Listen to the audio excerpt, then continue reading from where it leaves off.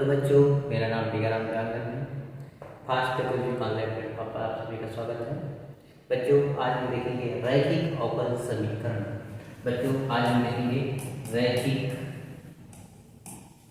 अवकल समीकरण। तो बच्चों, रैखिक अवकल समीकरण होता क्या है, कैसे होता है? तो बच्चों, रैखिक अवकल समीकरण का व्यापक रूप होता है व्यापक रूप। इसका व्यापक रूप क्या होता है बच्चों? तो ये होता है dy by D X plus यहाँ पर P Y is equal to Q.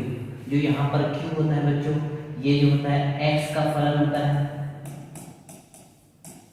Function of x. ठीक है दोस्तों, तो यहाँ पर देखेंगे, यहाँ पर अगर ऊपर में y है तो यहाँ पर y होगा और यहाँ पर नीचे का होता है x इक्वल टू क्यू। ये रैखिक अवकल समीकरण का व्यापक रूप है। बच्चों, इसका हल करने के लिए सबसे पहले हमको आईएफ ज्ञात करना होता है, जिसको हम लोग बोलते हैं समाकलन गुणांक, जिसको हम लोग क्या बोलते हैं? समाकलन गुणांक। सबसे पहले बच्चों हमको इंटीग्रेटिंग फैक्टर इसको बोलते हैं, निकालना होता है। तो इंटीग्रेटिंग फैक्टर क्या होता है? e की घात p dx। यहाँ पर p क्या है बच्चों? ये दिया गया है। तो इंटीग्रेटिंग फैक्टर क्या होता है? e की घात p dx।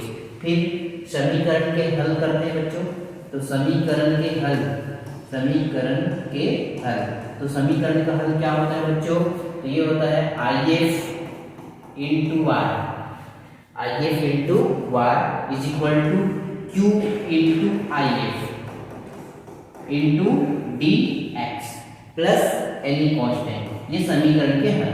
बच्चों, आप लोग को लीनियर डिफरेंशियल इक्वेशन सॉल्व करने के लिए केवल दो चीज चाहिए होगा, एक इंटीग्रेटिंग फैक्टर e की घात p dx और दूसरा समीकरण के हल, जिसका फॉर्मूला होता है IF into Y is equal to Q into IF dx plus any constant c। बच्चों, ये जरूरी नहीं है कि ये अवकल समीकरण केवल ऊपर में y हो, ये ऐसा भी हो सकता है बच्चों, ध्यान में रखिएगा। ये समीकरण आप लोग को ऐसा भी मिल सकता है dx अपॉन dy के रूप में मिल सकता है। अगर यहाँ पर ऊपर में x है तो यहाँ पर आपको क्या मिलेगा बच्चों? p इंटू एक्स मिलेगा। यहाँ पर देखो, नीचे ऊपर में y था तो ऊपर में y मिला, यहाँ पर ऊपर में x है, यहाँ पर ऊपर में क्या मिलेगा? x इज इक्वल टू, यहाँ पर बच्चों q मिलेगा। जो ये q जो रहेगा वो y का फलन होगा बच्चों, y का फलन। जो q रहेगा वो किसका फलन होगा? y का फलन होगा।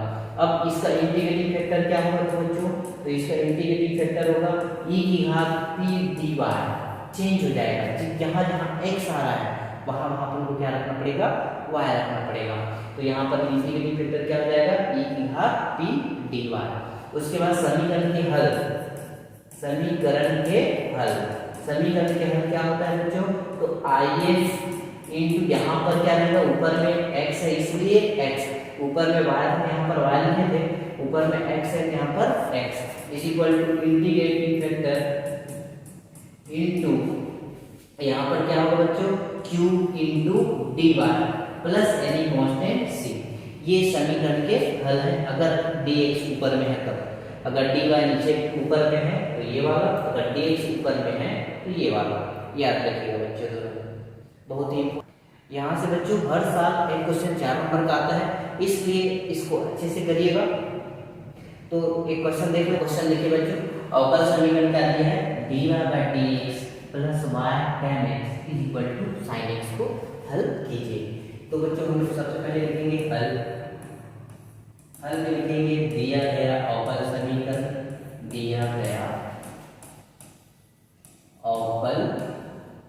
समीकरण। तो क्या अवकल समीकरण दिया गया बच्चों? तो dy by dx plus y tan x is equal to sin x। ये बच्चों समीकरण क्या हो गया? एक। इस समीकरण एक की जो तुलना है हम व्यापक समीकरण से करेंगे। तो समीकरण एक की तुलना रैखिक अवकल समीकरण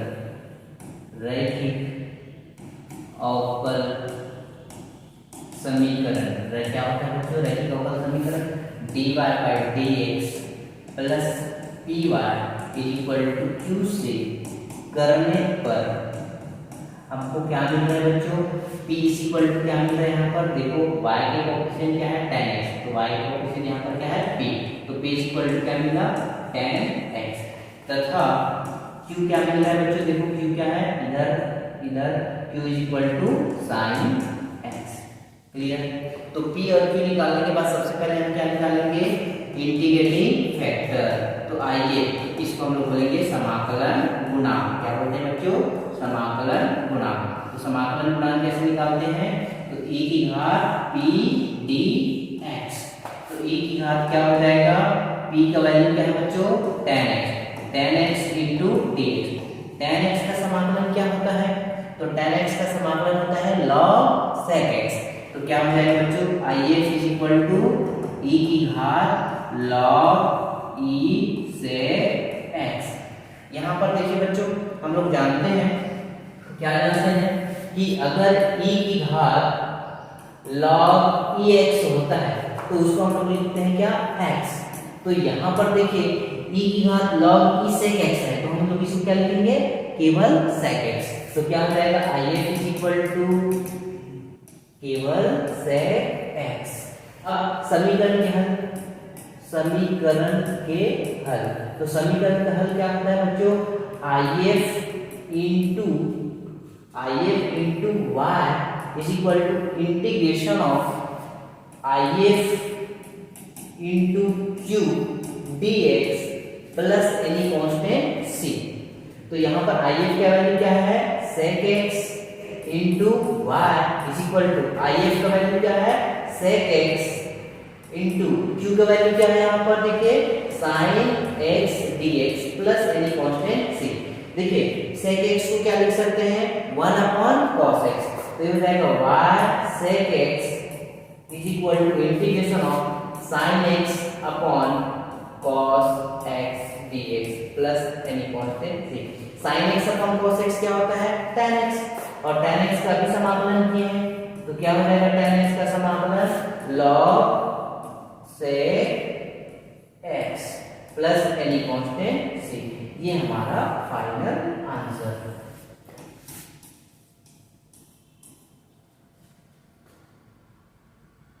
क्लियर है दोस्तों। नेक्स्ट क्वेश्चन देखिए, नेक्स्ट क्वेश्चन देखिए बच्चों, 1 plus X square D Y plus 2xy dx is equal to cot x dx। यहाँ पर बच्चों रैखिक अवकल समीकरण तो दिख नहीं रहा है, तो इसको सबसे पहले हमको क्या करना पड़ेगा, बनाना। देखिए बच्चों यहाँ पर 1 plus X square D Y plus 2xy dx is equal to cot x dx। देखिए इधर भी dx दिख रहा है और इधर भी dx दिख रहा है, तो dx को एक साइड कर लेते हैं बच्चों, तो क्या हो जाएगा हल। सबसे पहले सॉल्यूशन लिखते हैं। सॉल्यूशन में क्या लिखेंगे, दिया गया अवकल समीकरण, दिया गया अवकल समीकरण क्या दिया है बच्चों, अवकल समीकरण 1 plus X square D Y plus 2xy dx is equal to cot x dx। Clear बच्चों। dx को हम एक साइड कर लेते हैं, तो क्या हो जाएगा 1 plus X square D Y is equal to ये हो जाएगा cot x minus 2xy into dx। ये dx इधर मल्टीप्लाई में बच्चों इधर आएगा तो क्या हो जाएगा डिवाइड हो जाएगा। हम इसको ऐसे लिख सकते हैं 1 plus X square D Y by D X is equal to cot x minus 2xy। बच्चों ये माइनस 2xy को मैं इधर लाऊंगा तो माइनस से क्या हो जाएगा प्लस, तो 1 plus X square D Y by D X plus 2xy is equal to cot x। Coefficient क्या होना चाहिए 1, यहाँ पर 1 प्लस एक्स स्क्वायर है, तो सबसे पहले बच्चों 1 प्लस एक्स स्क्वायर को हमको क्या करना पड़ेगा, हटाना पड़ेगा। तो इसके लिए हम क्या करेंगे 1 प्लस एक्स स्क्वायर से पूरे समीकरण में डिवाइड करने का। तो 1 प्लस एक्स स्क्वायर से भाग देने पर,